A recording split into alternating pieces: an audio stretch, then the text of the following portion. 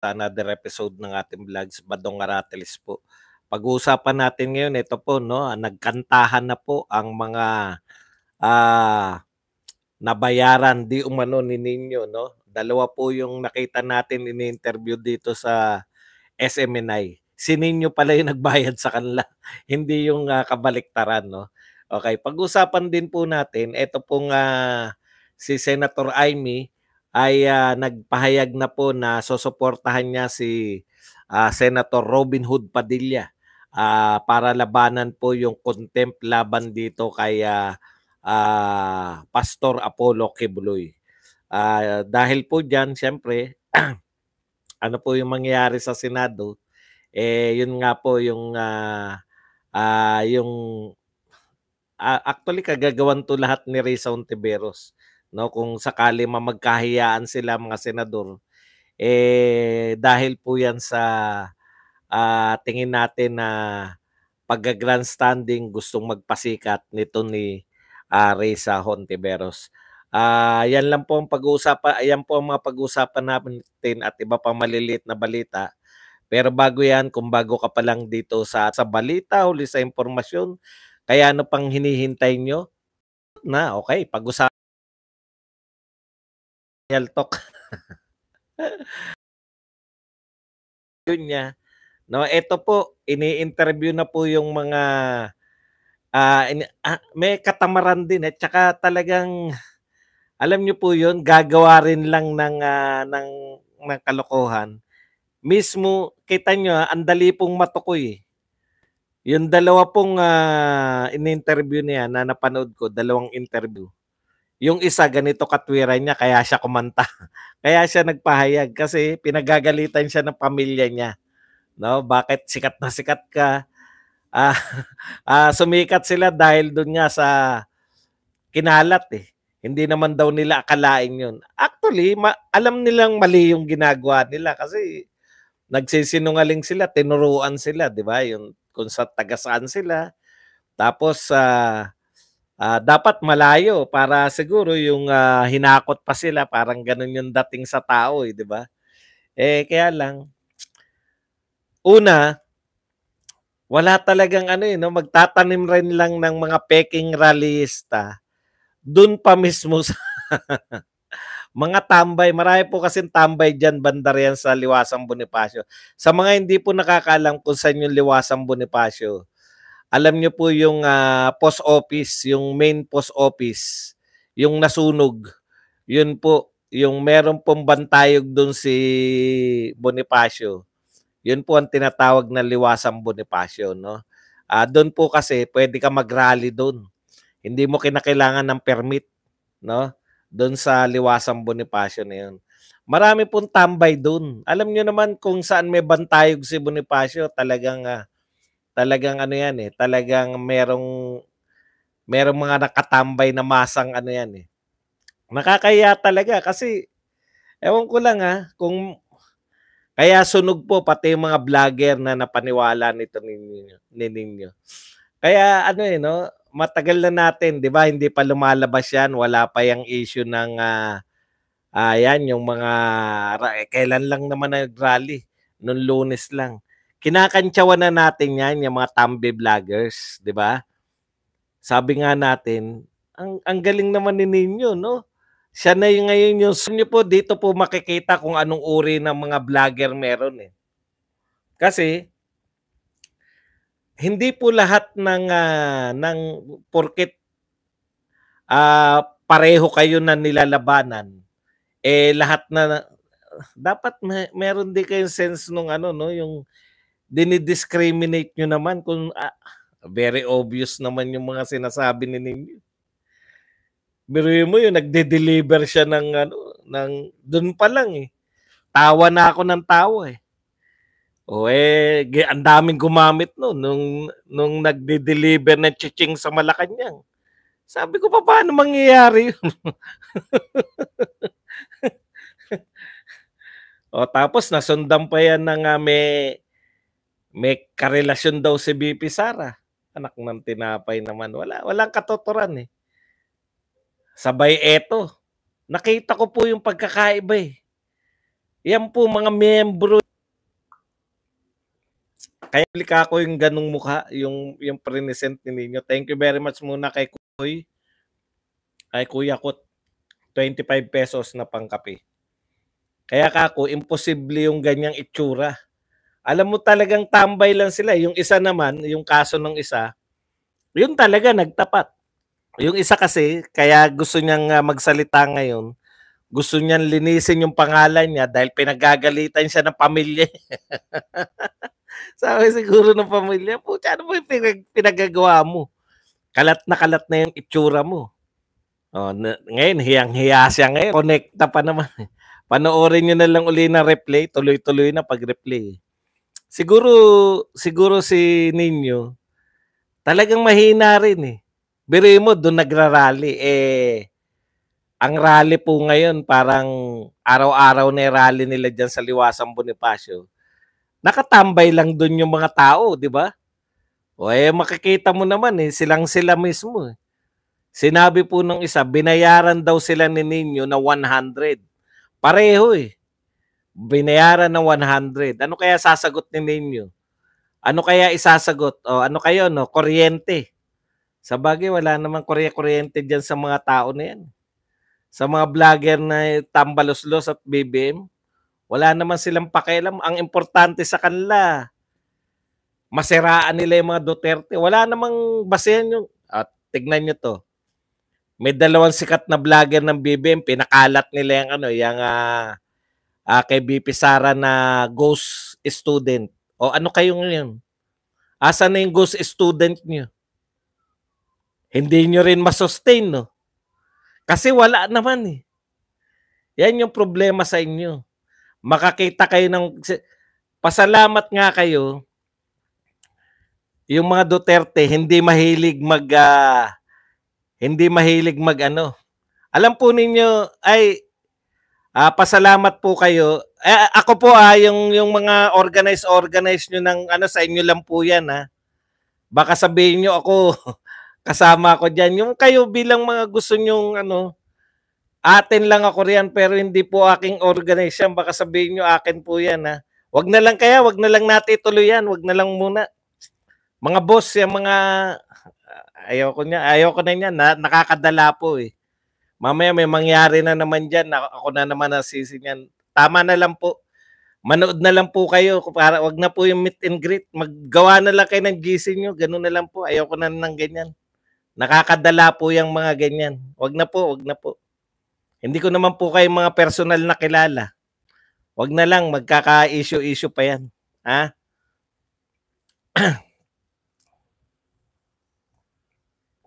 Ayoko na dyan. Dala na ako sa kita-kita na yan.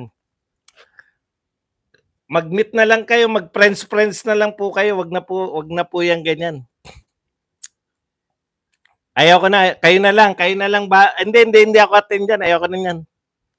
Hindi ko pa kayo nakikita, hindi ko pa kayo kilala. Wag na lang. Kasi sakit lang ng ulo yan. Mga meet and greet na yan. Ayoko na po niyan. Kayo na lang.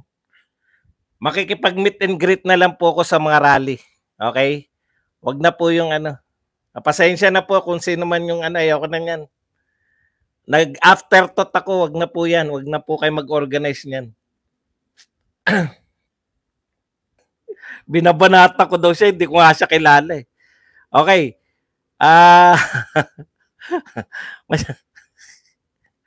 Yung pong nagsasabi ng mga meet and greet, wala po akong yan. Ha? Ayoko na po niyan. Kalimutan nyo na po yan.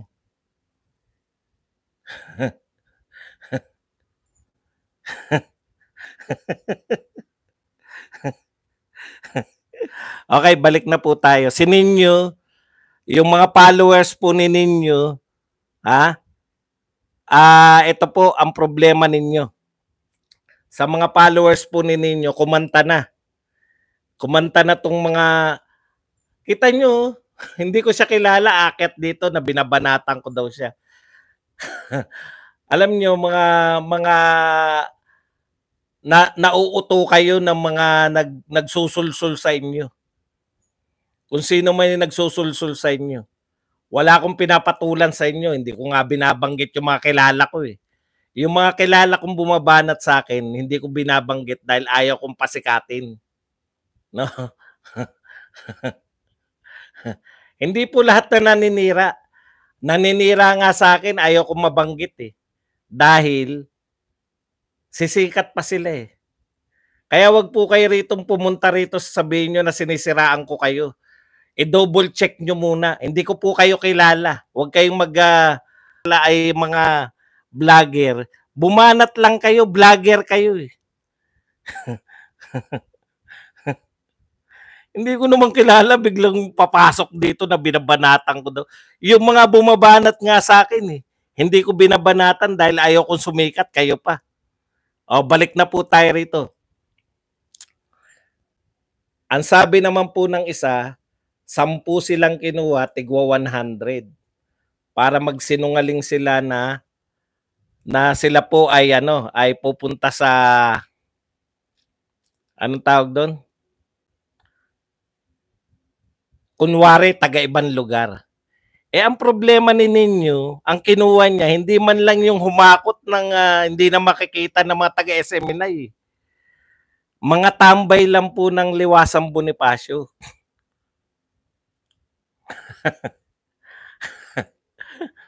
No? Ayan po, wag po, hindi ko po binabaliktad. Nariyan po, manood lang po kayo. Hanapin nyo lang po yung SMNI. Ini-interview po sila.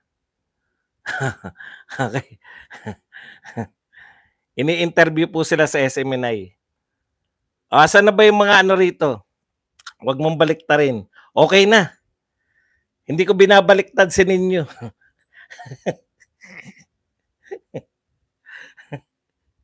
Binaliktad ko ba?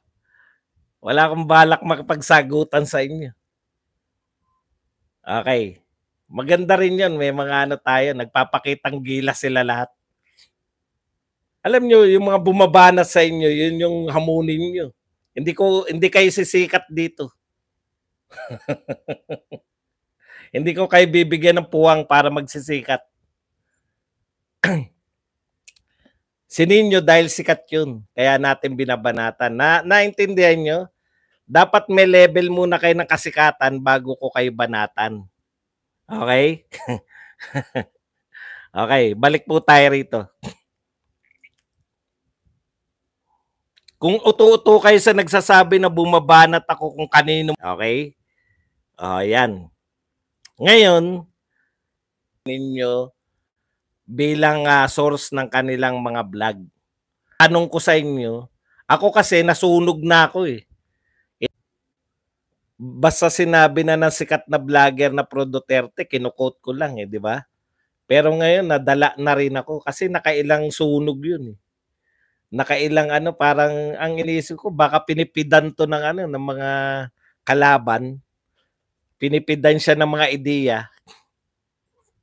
Tapos yung pagpipid sa kanya ng mga ideya, akala niya galing sa reliable source. O pati ko nasunog noon, pero nagsasabi ko, 'di ba? Nakailang sunog ako. Kaya ang ine-expect ko dito kay mga gumagamit kay Ninyo, hihintayin namin na kayo umamin. Na kayo'y nasunog. Kayo ay aaminin nyo. Kasi kung hindi nyo aaminin, papalipasin nyo lang. Wala nang maubusan ng tiwala yung mga sa inyo. Yung mga viewers ninyo. Yun yung gusto natin sabihin. Okay. Yung mga natin maraming makukulit ngayon. Pinunter, imbes na ako yan yung problema, eh. Gusto nila akong pikunin sa mga kung ano-anong kalokohan na pinagsabi nila. Sila napipikon sa sarili nila. Aakitin ako rito at kala mo kilala ko silang lahat. Hindi ko po kayo kilala, pasensya na kayo. Hindi rin kayo sikat dito. Huwag niyong babanggitin yung mga pangalan nila. Purpose nila yan para sumikat, eh. Diba? Okay, bura lang ng bura. Basta mga nambastos ngayon, burahin nyo kagad.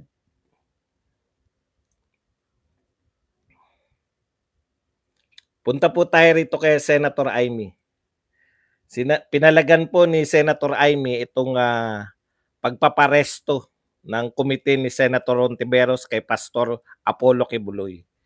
Okay, ito po ang problema dito, no? Ay yung pagkontra ni Robin Padilla dito po sa contempt. So nangangailangan lang po ng 8 senador para po 8 senador lang po para ano hindi po makontempt. Biglang umonte, naglabasan na yung mga buburahin. Hindi nakaporma eh. May mga sapo po. Huwag niyo pong babanggitin sila kung vlogger sila. Una, hindi ko kilala yung mga yan. Naghahanap lang po yan ng kasikatan eh. Gusto na nila ma-promote. No? Gustong ma-curious. Hindi po. Papanoorin nila eh. Maaasar lang kayo. Pero wag nyo nang babanggitin. Kasi gimmick nila yan eh. Paakitin ko daw. Papaakitin kita. Wala naman ako akyatan dito. Ito po ang lalo nagsasalita si Risa Hontiveros. Lalo pong tumatama yung mga pansalag ni Kibuloy, di ba? Kaya hindi atin, ito yung nasa sulat eh. Kaya hindi aattend si Risa Hontiveros dahil hindi atin si Pastor Kibuloy dahil sa simula pa lang guilty na kagad yung hatol ni Risa Hontiveros. Ito po ang patunay. Babasahin ko sa inyo. Ito po ang sinabi ni Risa Hontiveros. Senator Risa Hontiveros has called FBI most wanted and self-proclaimed appointed son of God, Apollo Kibuloy, a scammer for exploiting the sincere faith of his followers to raise millions of pesos following. Ayan. Sabi po ni Risa Hontiveros, ginagamit ang taos-pusong pananampalataya ng mga tagasunod niya para makalikom ng milyon-milyong pera, pati mga OFW nawawalan ng bahay, makabigay lang sa kanya. Tignan niyo po. Oy, thank you very much kay Gregory na nagbigay sa atin ng 20,000 won. Ito boss, pampalamig pampalamig boss. Cool ka lang. Ito din ang pampabwisit sa kanila. Galit na galit sila diyan sa kape.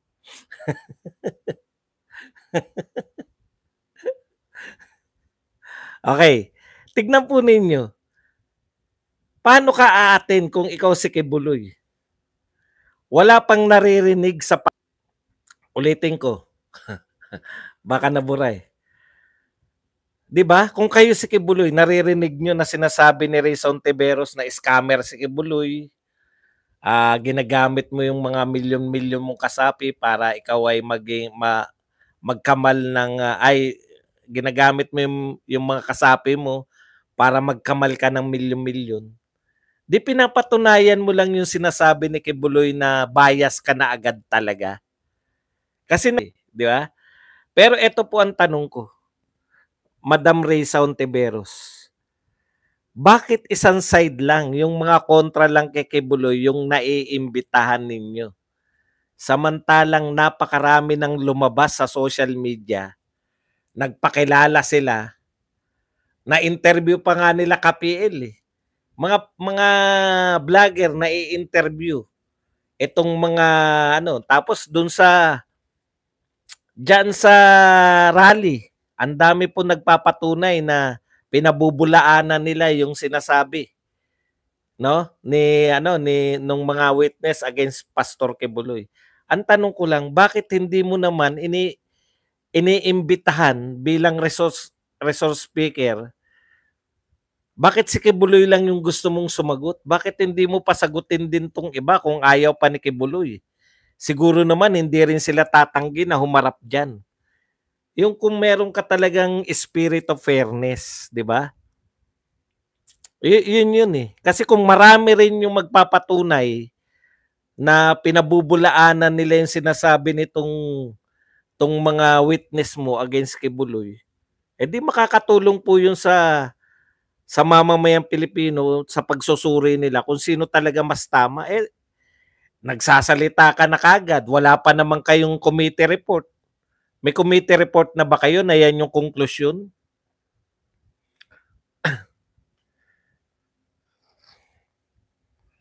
Okay,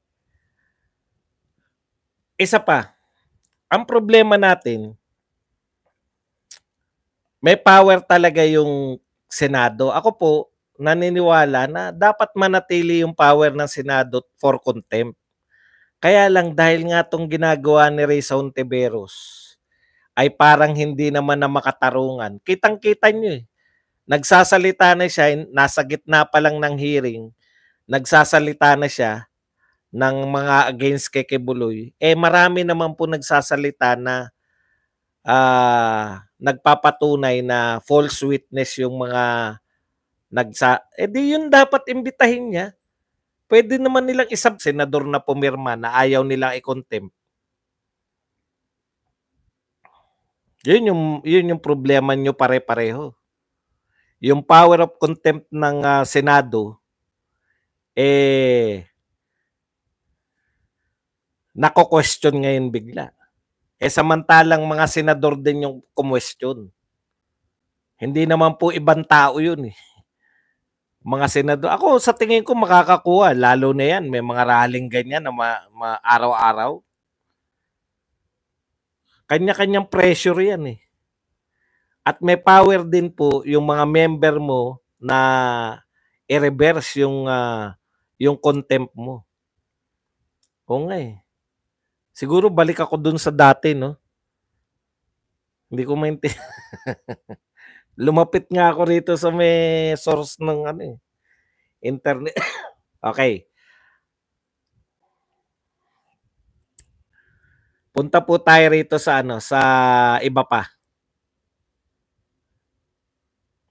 Napag-usapan na ba natin to si BP Sara? O speaking po nung mga vlogger, no? Paano po yung hindi ko alam kung napag-usapan na natin yung binibintang na naman nilang bago kay BP Sara, yung ghost student. Napag-usapan na ba natin, ghost student? Wala pa. Maraming salamat muna kay BP Sara kasi dinalaw niya tong dinalaw niya yung napatay na Police Corporal Gilbert Joson Amper, no? Ito po tapos na to. Yung pagdalaw niya sa namatay sa pulis. Pasensya na kayo, yung memory ko. Hindi po. Yung ngayon po to. Okay. Dumalaw po si BP Sara sa namatay na yung magsaserve ng warrant of arrest. So mabuti naman at ganun pa rin. Ganun pa rin panawagan natin. Sana minsan, no? Kasi maganda po itong ginagawa ng mga Duterte na to, ng mga mag-amang Duterte. Nakakatuwa po yun. Yung nagdadalamhati po sila eh. Yung mga sundalo, mga pulis, na nagsilbi ng tapat sa mamamayan, namatay sa serbisyo. Grabe po yun, di ba? Yun ang tunay na sakripisyo, namatay ka sa service. Yung madalaw po sila ng Vice President, malaking bagay po yun eh, sa moral ng pamilya nila. Vice TV Vlogs, thank you very much sa 10 Saudi Arabian Riyal. Okay. Isa pa, yung kino-question natin, yung mga regular na binabanatan natin dito, sila Bukbok, tsaka yung mukhang hindi naliligo. Baka kala niya siya yung mukhang hindi naliligo, hindi ikaw yun, Brad. Nasaktan ka ba? Mukha ka rin bang hindi naliligo? Wag na nating paramihin. Kasi yan, naghahanap lang ng engagement yung mga yan, no? Mga patawa. Siguro may nagsabi, binabanatan ka ni Badong. Sugod naman eh. Paakyatin mo ko. Saan ka naman aakyat dito? Wala po akong pinaakyat dito. Ano kayo, siniswerte? Wala na akong nadadalawahan na ako dyan sa mga na yan. Mga uto-uto kayo, eh. Nagpapauto kayo sa mga nagpapagalit sa inyo, eh. Maghanap kayo ng tape muna, ano, bago kayo sumugod. Nakakaawa ang pinatutunayan niyo lang yung mga paniniwala ko, eh. Assuming kayo, pilim-pili pilim-pili yung mga binabanatan kong vlogger, inassume nyo na kayo kasama kayo ron. Ilan lang yung mga binabanatan kong vlogger, eh. Yung isa, hindi dapat yon, di ba? Yung JDB. Hindi pa siya nakaabot sa level ng babanatan ko. Kaya ako binabanatan yun. Iba naman, iba yung galit ko dun. Tambay dito dati yun, eh. Yun yung galit ko ron. Eh, kayo po.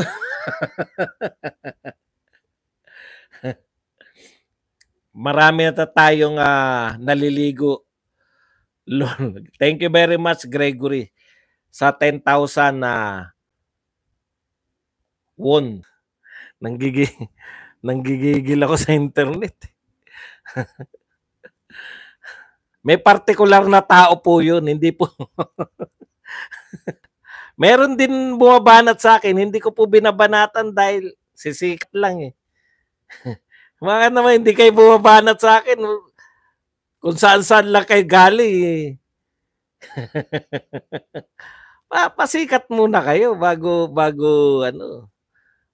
kayo mag-aakyat dito na binanatan ko kayo. Namimili ako ng binabanatan para kayong mga tukmolins. Okay. At dito kay BP Sara, yung ini-issue po nila na student, go student. Ito lang po masabi ko, no. Kung hindi ba naman kayo ututo, tignan nyo, walang nagsasalita sa mga dilawan, walang nagsasalita na media. Kasi wala pong issue. Clerical error, sinagot pala ng DepEd yun, clerical error yung sinasabi.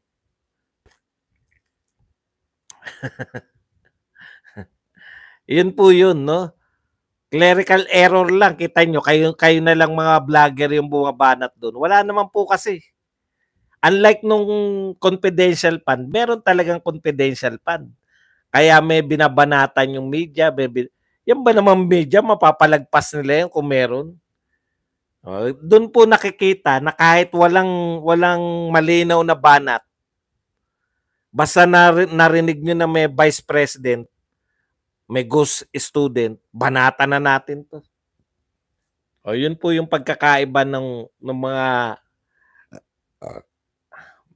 may konting talinong vlogger sa mga katulad ninyo. Alam ko pinaluluto ni Chuy naman ninyo Barsaga, congressman, eh. Hindi nyo ba alam na pamangkin ni Barsaga na congressman yan, si ninyo? Kandingon, boss, Kandingon.